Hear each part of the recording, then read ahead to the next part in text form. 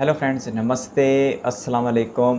मैं हूं अली और आप देखना शुरू कर चुके हैं हमारा इंटरेस्टिंग रिएक्शन चैनल। और आज हम देखने जा रहे हैं भारत की एक बहुत इंटरेस्टिंग ट्रेन जर्नी, गरीब रथ। और गरीब रथ भी आम नहीं, बल्कि भारत की सबसे लंबी गरीब रथ, यानी कि जो सबसे लंबे फासले के लिए चलाई जाती है, जो चलती है चेन्नई से नई दिल्ली के बीच। और गरीब रथ एक्सप्रेस जो कि एक लेजेंड ट्रेन है इंडियन एयरवेज़ में और एक ज़बरदस्त इतिहास रखती है। साल 2006 में से शुरू किया गया था। 130 की रफ्तार और एसी, एक मुनासिब किराए के साथ इसे जो है आम जनता को फराहम किया गया था। यही वजह है कि किसी बड़े ही ज़बरदस्त शख्स ने इसका नाम जो है बिल्कुल इसकी इसके मुताबिक रखा, गरीब रथ। और इसको आम जनता की राजधानी कहा जाता है। तो आम जनता की जो राजधानी का लक़ब इसने हासिल किया वो बिल्कुल ठीक है। आईसीएफ के पुराने कोचेज़ 2006 से चल रहे हैं, लेकिन साल 2024 में इसको अब एलएचबी के कोचेज़ के साथ रिप्लेस करना भी शुरू कर दिया गया। तो अपनी लेजेंड लिवरी की वजह से गरीब रथ एक्सप्रेस एक ऐसी ट्रेन है जिसे पहचानने में नए बंदे को सबसे ज़्यादा आसानी रहती है। तो ऐसे में अगर भारत की सबसे लंबी गरीब रथ हो जो चलती हो चेन्नई तमिलनाडु से इधर दिल्ली तक, तो फिर यकीनी तौर पर ये एक खूबसूरत सफ़र होगा। तो सिद्दीक भी के साथ इस वीडियो को खास करते हैं, लेकिन उससे पहले आपसे रिक्वेस्ट है, चैनल पर फर्स्ट टाइम मेरे को कंटेंट पसंद आए तो वीडियो को लाइक करके चैनल को सब्सक्राइब करके हमारी छोटी सी फैमिली का बड़ा सा हिस्सा बन जाइएगा।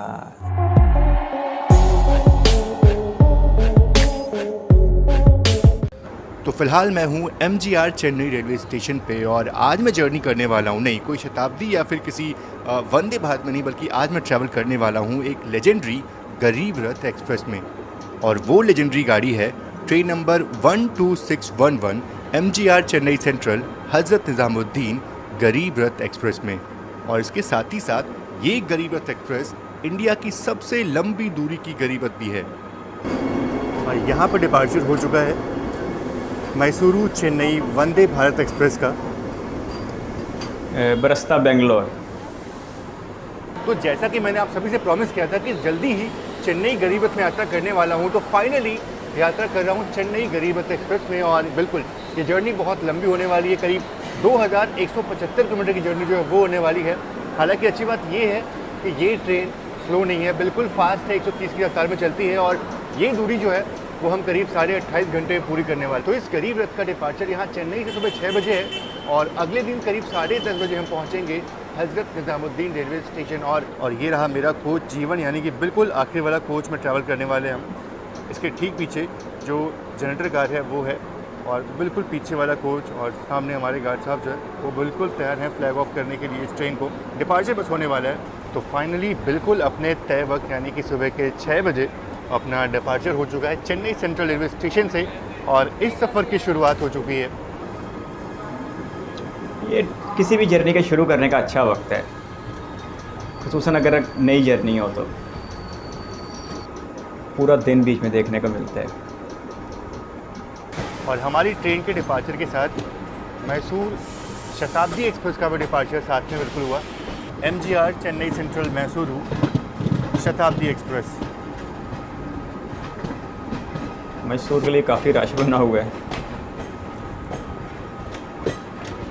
लेकिन इसका सफ़र शताब्दी का तो काफ़ी थोड़ा है। इसके मुकाबले दोनों ट्रेनें बिल्कुल पैडल में चल रही थी, लेकिन आगे बेसिन ब्रिज से दोनों अपना डायरेक्शन जो है वो चेंज करेंगी। साउथ की ट्रेनें हैं ना, तो यहाँ पर इश्तिहार वगैरह भी डब्बों पे लगे हैं। अच्छी बात है, साउथ में काफ़ी मामला में बेहतरी देखने को मिलती है।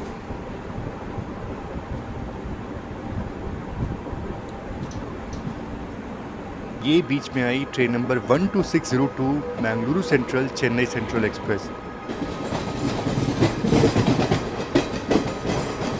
तो बेसिन ब्रिज जंक्शन से ये ट्रेन आगे अरक्कोनम होते हुए निकल जाएगी बेंगलोर मैसूर की तरफ, और हमारी ट्रेन सीधा निकलेगी यहाँ से गुड्डूर और आगे विजयवाड़ा की तरफ।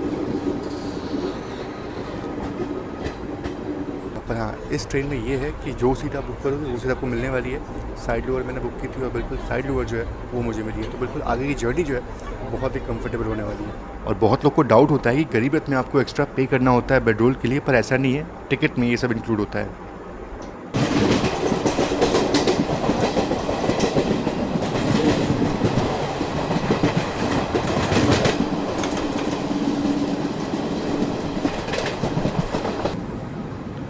और ये है कोसा स्थलैया रिवर। पता नहीं ठीक से प्रोनाउंसिएशन जो मैं वो ठीक से नहीं कर पा रहा हूँ, पर हाँ चेन्नई में बहने वाली 3 प्रमुख नदियों में से ये एक नदी है। बाकी 2 कौन सी नदियाँ हैं वो आप मुझे कमेंट बॉक्स में बता सकते हो।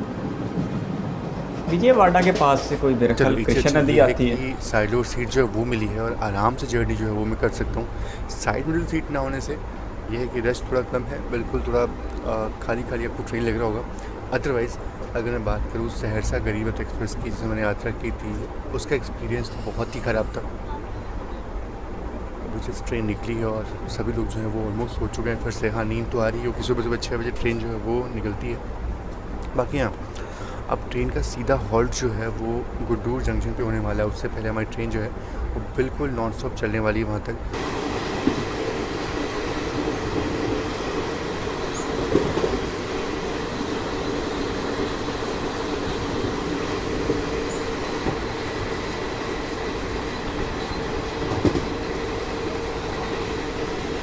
तो फाइनली अपना अराइवल हो रहा है गुड्डूर जंक्शन रेलवे स्टेशन पे और बहुत देर से ट्रेन जो है वो होम सिग्नल पे खड़ी थी। किसी ने इस ट्रेन का नाम से बड़ा सोच के गरीब रथ रखा है। तो ये हमारी जर्नी का पहला हॉल्ट करीब 130 किलोमीटर बाद ये पहला हॉल्ट जो है वो आया है और अभी तो बहुत सारे हॉल्ट्स बाकी हैं। फिलहाल अगर बात करूँ मैं गुड्डूर की, तो ये एक जंक्शन रेलवे स्टेशन है और जंक्शन इसलिए है क्योंकि यहाँ से एक लाइन जो है वो निकलती है तिरुपति की तरफ और एक लाइन यहाँ से निकलती है जैसे हमारे यानी कि चेन्नई की तरफ से, और एक लाइन यहाँ से निकलेगी नीलौर होते हुए विजयवाड़ा की तरफ। तो साइड लाइनें जो है वो यहाँ के मिलती हैं और इसलिए गुड्डूर जो है एक जंक्शन रेलवे स्टेशन है। और तो सिर्फ 2 मिनट की ट्रेन यहाँ पे रुकी और डिपार्चर जो है वो हो गया। मैं आपसे बात कर रहा था और बात करने के बाद सोचा कि चलो कुछ अपने लिए ब्रेकफास्ट जो है वो ले लूँ, लेकिन उतने में ही ट्रेन जो है वो निकल दी और ब्रेकफास्ट जो है वो रह गया। इतनी लंबी मुसाफत इन्होंने तय करनी है, फिर छोटी छोटी हाल्टियों से ही काम चलाना पड़ेगा। और क्या खूबसूरत क्रॉसिंग देखने को मिल गई हावड़ा एसएमवीटी बेंगलुरु दुरंतो के साथ।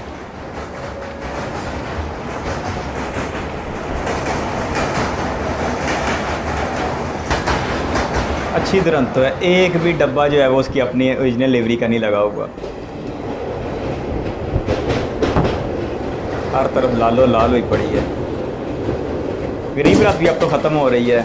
बातों मैं तो भूल चुका था कि हम ओवरटेक करने वाले थे कृष्णा एक्सप्रेस को। तो ये ट्रेन चलती है तिरुपति से आदिलाबाद के बीच में और क्या खूबसूरत ओवरटेक जो है वो देखने को मिल रहा है। तिरुपति आदिलाबाद कृष्णा एक्सप्रेस।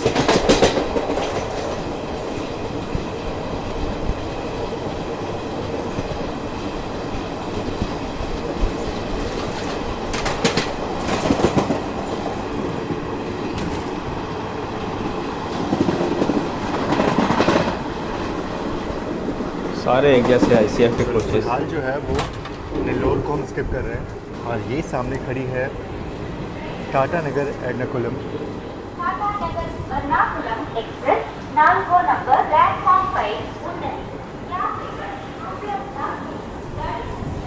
बहुत ही स्लो स्पीड में स्किप जो है वो हो रहा है। मुझे लगा शायद अच्छी खासी रफ्तार में हम स्किप करेंगे।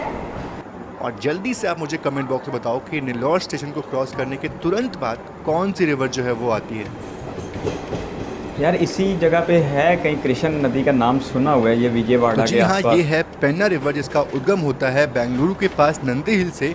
और ये नदी जो है बहुत यूनिक है क्योंकि ये नदी अपने उद्गम स्थल से 2 अलग अलग डायरेक्शन में बहती है, एक नॉर्थ और एक साउथ की तरफ। साउथ में चली जाती है ये चेन्नई की तरफ और नॉर्थ में ये रिवर जो है वो कर्नाटका आंध्र प्रदेश को जो है वो सींचते हुए निकल जाती है बे ऑफ बंगाल में।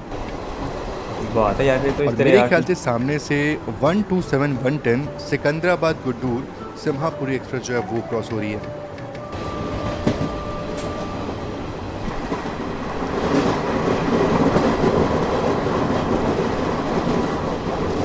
चलो फिलहाल हमारी ट्रेन पहुंची है ओंगोल। और एक और चीज़ है कि मैं थोड़ा पावर नैप लेने चला गया था। बाकी एक चीज़ ये है, पीछे जो है वो मैसूरू विजयवाड़ा वंदे भारत एक्सप्रेस जो है वो आ रही है। हमें डिपार्चर जो है उसका संकेत मिल गया। मतलब ये है कि हम वंदे भारत के लिए यहाँ पे वेट नहीं करेंगे, हमारी ट्रेन यहाँ से आगे निकलेगी और विजयवाड़ा तक शायद जो है। अब देखते हैं कि ओवरटेक कहाँ होता है। हमारी ट्रेन भी थोड़ी सी लेट चल रही है इस कारण से, तो बस अब देखना ये है कि ओवरटेक जो है वो ये ट्रेन हमें कहाँ पे करती है। फ़िलहाल तो अपना डिपार्चर जो है वो हो चुका है अंगोल से और इसके बाद सीधा हॉल्ट हमारा विजयवाड़ा होने वाला है।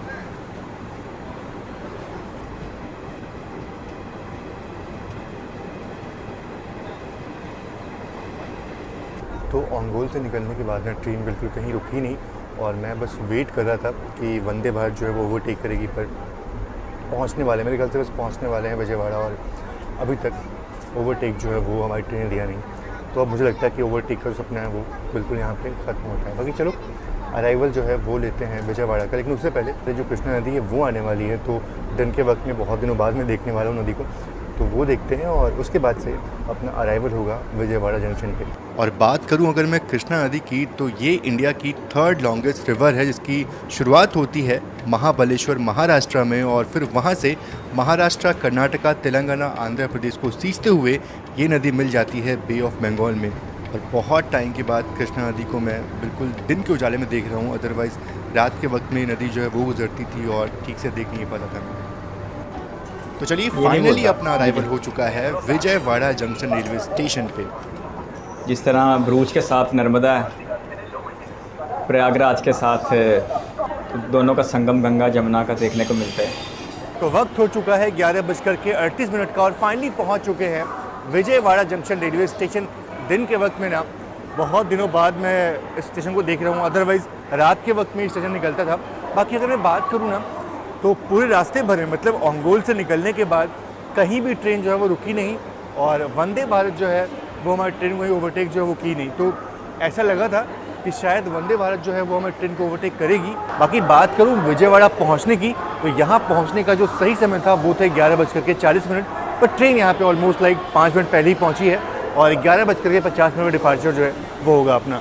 और मैंने अपना यहाँ से लंच जो है वो ऑर्डर किया था, लेकिन लंच जो है वो बिल्कुल लास्ट मोमेंट तक नहीं आया और अचानक से मुझे भैया जो है वो आते हुए दिखते हैं और मेरा नाम पुकार रहे थे वो, तो जल्दी से मैं अपना पैकेट जो है वो लेता हूँ और बिल्कुल जब ट्रेन प्लेटफॉर्म से निकल चुकी थी तब जाकर के अपना फूड जो है वो डिलीवर होता है। ये डिपार्चर जो है वो ले नहीं पाएगा, वो देखो ये बिल्कुल कैसे लास्ट में उतरे हैं वो डिलीवरी देने के बाद। डिपार्चर जो है चलो फाइनली हो चुका है अपना। आप तो कहते हैं ऑनलाइन में भी स्कैनिंग शुरू हो गई है, खाना जो नहीं मिलने वाला, लेकिन फाइनली चलो सीट पे खाना आ गया। और अगर आप इस लाइन से आगे जाते हो तो विशाखापट्टनम होते हुए आप पहुंच जाओगे पूरा ईस्ट कोस्ट हावड़ा की तरफ और हमारी ट्रेन जो है वो निकल चुकी है अब दिल्ली वाली लाइन की तरफ, यानी कि वारंगल, नागपुर, भोपाल, इटारसी होते हुए। तो फाइनली लंच मुझे मिल जाता है और ऑनलाइन फूड ऑर्डर करने का एक ही फ़ायदा होता है कि आपको टेस्ट और वैरायटी जो है वो अच्छी मिल जाती है। साउथ में तो वैसे स्टेशनों पर भी इतनी शिकायत नहीं है जितनी नॉर्थ में है। और जल्दी ही हम आंध्र प्रदेश और तेलंगाना को पीछे छोड़ करके महाराष्ट्र में एंटर होने वाले थे और जैसे हमें महाराष्ट्र के विदर्भा रीजन में कॉटन फील्ड्स देखने को मिलते हैं जहाँ पे कॉटन का उत्पादन बहुत मात्रा में होता है, ये कॉटन फील्ड मुझे यहाँ आंध्रा और तेलंगाना की ज़मीन पे भी देखने को मिले। तो इस एरिया में भी कॉटन का प्रोडक्शन बहुत मात्रा में होता है। अभी मैं गेट पे इसलिए खड़ा हूँ क्योंकि चेन्नई राजधानी जो है वो क्रॉस होने वाली है अभी।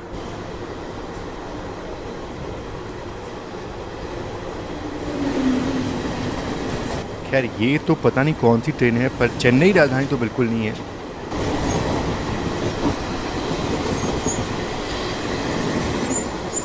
और अभी का टेम्परेचर आप देखो करीब 38 डिग्री सेल्सियस जो है वो टेम्परेचर हो रखा है और बहुत ही गर्मी है बाहर। और फाइनली चेन्नई राजधानी के साथ अपनी क्रॉसिंग जो है वो देखने को मिल जाती है। तो दोपहर करीब 3:20 का वक्त हुआ है और मैं ना एक पावर नैप जो है वो लेने चला गया था। एक तो मतलब इस फूड पे इतने सारे बच्चे हैं ना कि पता नहीं थोड़ा सर में दर्द हो गया था। बाकी हाँ सोचा था कि वारंगल जो है वो मैं कवर करूँगा, पर सोता रह गया मैं और जब उठा तो देखा वारंगल हमारी ट्रेन जो है वहाँ से निकल चुकी थी। बाकी यहाँ पे अराउंड 38 डिग्री सेल्सियस का टेम्परेचर जो है वो अभी फ़िलहाल हो रखा है, तो गर्मी बहुत है और ऐसी गर्मी मतलब पता नहीं आगे क्या होगा। और अगर गरीब रथ एक्सप्रेस की ना, इस गरीब रथ एक्सप्रेस की तो बहुत ही कंफर्टेबल लगी और वाकई मतलब अभी तक का जो एक्सपीरियंस रहा है ना बहुत ही बढ़िया रहा है, बहुत ही शानदार है। इवन अगर बात करूँ साफ़ सफाई की तो भी काफ़ी बढ़िया है, वॉशरूम्स काफ़ी क्लीन है, साफ़ सुथरे हैं और सफाई भी रेगुलर इंटरवल पे हो जाती है यहाँ पे। तो फ़िलहाल तो इस गरीब रथ का एक्सपीरियंस वाकई बहुत अच्छा है। मतलब जो सुना था कि एक बार चेन्नई गरीब रथ में ट्रैवल करो फिर देखो, बिल्कुल वैसे ही है और काफ़ी अच्छा लगा अभी तक की जर्नी इसमें। फिर शाम को करीब 6:30 बजे करीब पहुँचेंगे बल्हारशाह और वहाँ पे थोड़ा सा वॉकिंग जो है वो करेंगे। थोड़ा बैठे बैठे बोर भी हो चुके हैं इस गाड़ी में, बाहर गर्मी बहुत ज़्यादा है, मतलब गया था बाहर शूट करने के लिए और तुरंत वापस चला गया क्योंकि इतनी ख़तरनाक हीट वेव जो है ना वो फील हो रही है। बाकी यहाँ पे गोदावरी नदी जो है वो आने वाली है, तो रामागुंडम के बाद तुरंत गोदावरी नदी जो है वो आती है और गेट के बाहर हाथ निकालने पे सच में फील हो रहा है कि कितनी गर्मी है इस एरिया में। सोचो अभी टेम्परेचर जो है वो अराउंड 38 डिग्री सेल्सियस है और ऐसी गर्मी में बाहर बहुत दिक्कत हो रही है। मई जून के महीने में पता नहीं क्या होने वाला है। गर्मी तो इस साल रिकॉर्ड रही है। मैं बाहर जाता हूँ और गर्मी इतनी थी कि वापस अंदर आ जाता हूँ और थोड़ा रेस्ट जो है वो करता हूँ और आराम से जब वातावरण थोड़ा और ठंडा हो जाएगा तब बाहर निकलूँगा। पर थोड़ा सा रेस्ट करने के बाद वापस से उठना पड़ता है क्योंकि गोदावरी नदी जो है वो आने वाली थी। गोदावरी नदी, इसके बाद कोई शहर दे याद कर लेते हैं। तो फिलहाल अभी स्किप कर रहे हैं रामागुंडम रेलवे स्टेशन को और रामागुंडम रेलवे स्टेशन को स्किप करने के तुरंत बाद गोदावरी नदी जो है वो आती है। ये तो काफ़ी मुश्किल नाम है, रामागुंडम।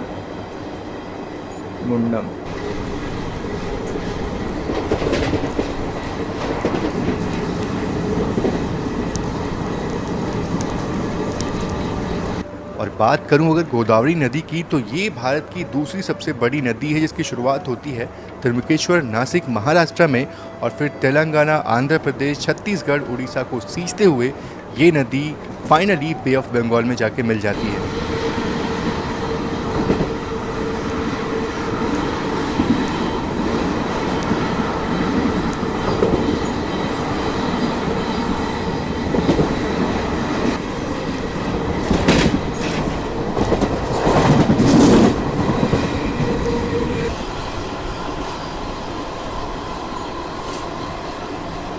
और ये मेरे ख्याल से train number 22151 Pune Kazipet superfast express है।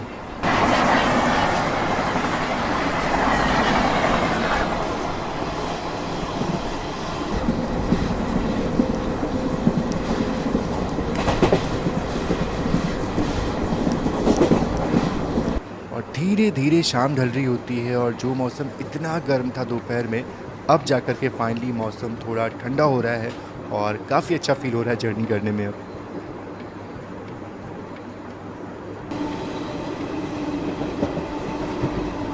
ज़्यादा शानदार है।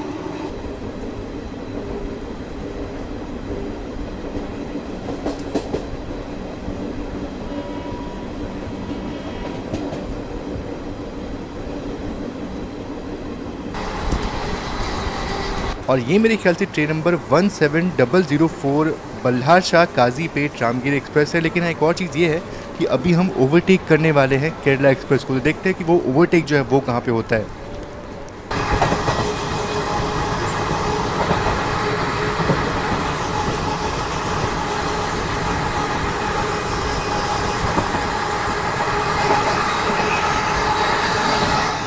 तो बिल्कुल भूल चुका था कि हम केरला एक्सप्रेस को ओवरटेक करने वाले हैं और फाइनली ओवरटेक जो है वो हो जाता है और फिलहाल हम अभी क्रॉस कर रहे हैं वर्धा रिवर को, जिसका मतलब ये है कि बल्हार शाह हमारी ट्रेन बस पहुंचने ही वाली है।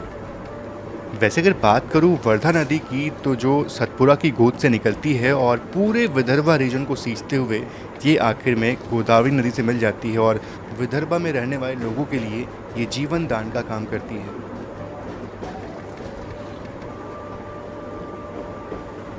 इंडिया में दरिया बड़े हैं यार, हर कुछ देर के बाद एक दरिया देखने को मिलता है। बल्हार शाह के पहले ही हमारी ट्रेन को रोक दिया गया, मतलब प्लेटफॉर्म जो है वो खाली नहीं होगा। और पीछे केरला एक्सप्रेस जो है ना, उसके भी आने का संकेत जो है वो भी पीछे पीछे आ रही है।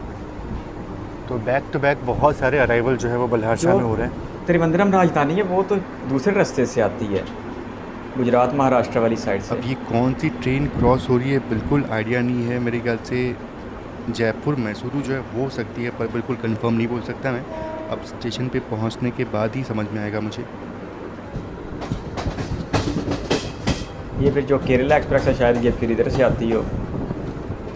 पहले ये देखना है कि ये ट्रेन कौन सी है, उसके बाद ही मैं डिसाइड कर पाऊँगा कौन सी ट्रेन थी वो। फिलहाल तो अपना अराइवल हो रहा है बल्हार शाह में। जयपुर चेन्नई, ओह ये है जयपुर चेन्नई। तो वक्त हो चुका है शाम के 5:45 और बिल्कुल ऑन टाइम यहाँ पहुँचे हम। जो टाइम था बिल्कुल ऑन टाइम पहुँचे, हालांकि ट्रेन जो थी वो 20 मिनट लेट चल रही थी, लेकिन यहाँ आते आते बिल्कुल ऑन टाइम हो चुके हैं हम। और उस साइड से जयपुर चेन्नई का डिपार्चर जो है वो हो चुका है। सुबह 6 बजे हमने अपनी यात्रा जो है वो शुरू की थी। ऑलमोस्ट 12 घंटे का वक्त होने वाला है, मतलब 11.5 घंटे हुए हैं। और 11.5 घंटों में हमारी ट्रेन ने अराउंड 880 किलोमीटर की जर्नी जो है वो पूरी कर ली है। तो अभी तक तो हमारी ट्रेन की रफ्तार बहुत ही बढ़िया रही है, बिल्कुल पंक्चुअल रही है ट्रेन। और अब देखना है कि आगे, इसके बाद से आगे, मतलब नागपुर के आगे ना हमारी ट्रेन जो है वो कितनी पंक्चुअल होती है। और उसके बाद तो बहुत सारी ट्रेनों का ओवरटेक जो है वो होना बाकी है, तो वो देखना बहुत मज़ेदार होने वाला है। फिलहाल आपको 2-3 ओवरटेक जो है वो अभी आपको देखने को मिल गया। बहुत सारी ट्रेनों से अच्छी अच्छी क्रॉसिंग्स देखने को मिली, लेकिन आगे की जर्नी जो है ना वो और बेहतरीन और बढ़िया होने वाली है। और इस गरीब रथ एक्सप्रेस ने फ़िलहाल तक मुझे बिल्कुल भी डिसअपॉइंट नहीं किया है, मतलब काफ़ी अच्छा लगा है इस ट्रेन में जर्नी करके। ट्रेन की साफ़ सफाई बिल्कुल बढ़िया है, बहुत अच्छी है ट्रेन की साफ़ सफाई, इसको अच्छे से मेंटेन किया गया है। काश ऐसे ही सारी गरीब रथ को हम मेंटेन कर पाते तो कितना अच्छा होता ना। खैर छोड़ो, फ़िलहाल तो जर्नी अपनी चल रही है इस चेन्नई गरीब रथ एक्सप्रेस में। काफ़ी बढ़िया एक्सपीरियंस रहा है अभी तक का। आगे भी देखते हैं कि इसका एक्सपीरियंस जो है वो कैसा होता है। यहाँ ट्रेन 10 मिनट रुकी और उसके बाद से फाइनली अपना डिपार्चर हो चुका है। और बिल्कुल बल्हारशाह में आपको खाने पीने की दिक्कत कुछ भी नहीं होने वाली है, आपको सब चीज़ मिल जाता है यहाँ पे। आप फ्रूट्स चाहोगे फ्रूट्स मिल जाएगा, आपको अगर पैक्ड फूड आइटम चाहिए वो आपको मिल जाएगा, और बाकी पूरी सब्ज़ी वगैरह जो है वो तो यहाँ मिल ही जाता है। तो बहुत कुछ यहाँ पे ऑप्शन मिल जाता है आपको। अच्छा, फ्रेश जूस भी आपको यहाँ मिल जाता है, बढ़िया।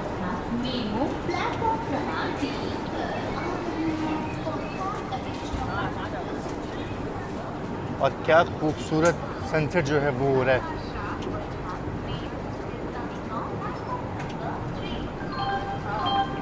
नागपुर अगर पहुँचे तो शायद रात में तो वो डायमंड क्रॉसिंग नहीं देखने को मिलेगी।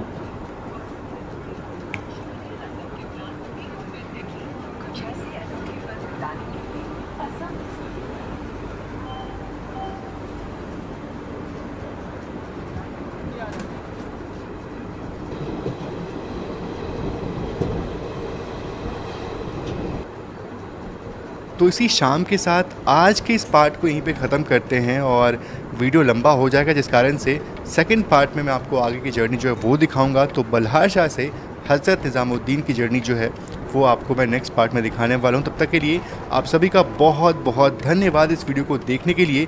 मिलते हैं नेक्स्ट पार्ट में, तब तक के लिए जय Hind and God bless you all. कमाल का अंत किया है।